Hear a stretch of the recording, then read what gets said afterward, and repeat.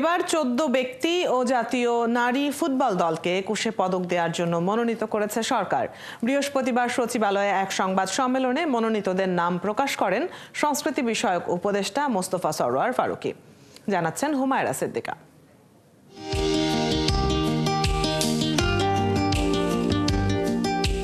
ছুটির ঘণ্টা, অশিক্ষিত, মাটির ঘর সিনেমাগুলো পরিচালনা করে নির্মাতা আজিজুর রহমান পান জনপ্রিয়তা।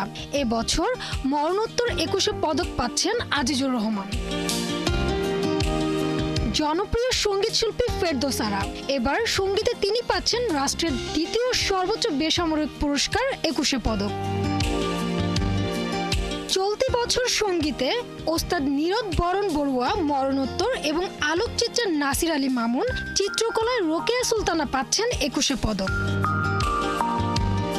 এখন যৌবন যার মিছিলে যাবার তার শ্রেষ্ঠ সময় লিখে বাংলা কবিতায় অমরত্ব পাওয়া কবি হেলাল হাফিজ পাচ্ছেন ভাষা ও সাহিত্যে মরণোত্তর 21 পদক।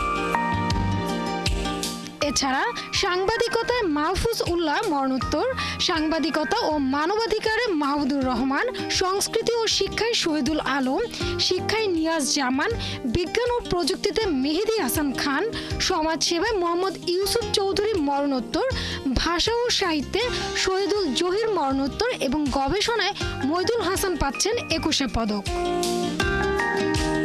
এছাড়া ক্রীড়া অঙ্গনে দেশের হয়ে অবদান রাখায় এবারের 21 পদক পাচ্ছে নারী ফুটবল দলও।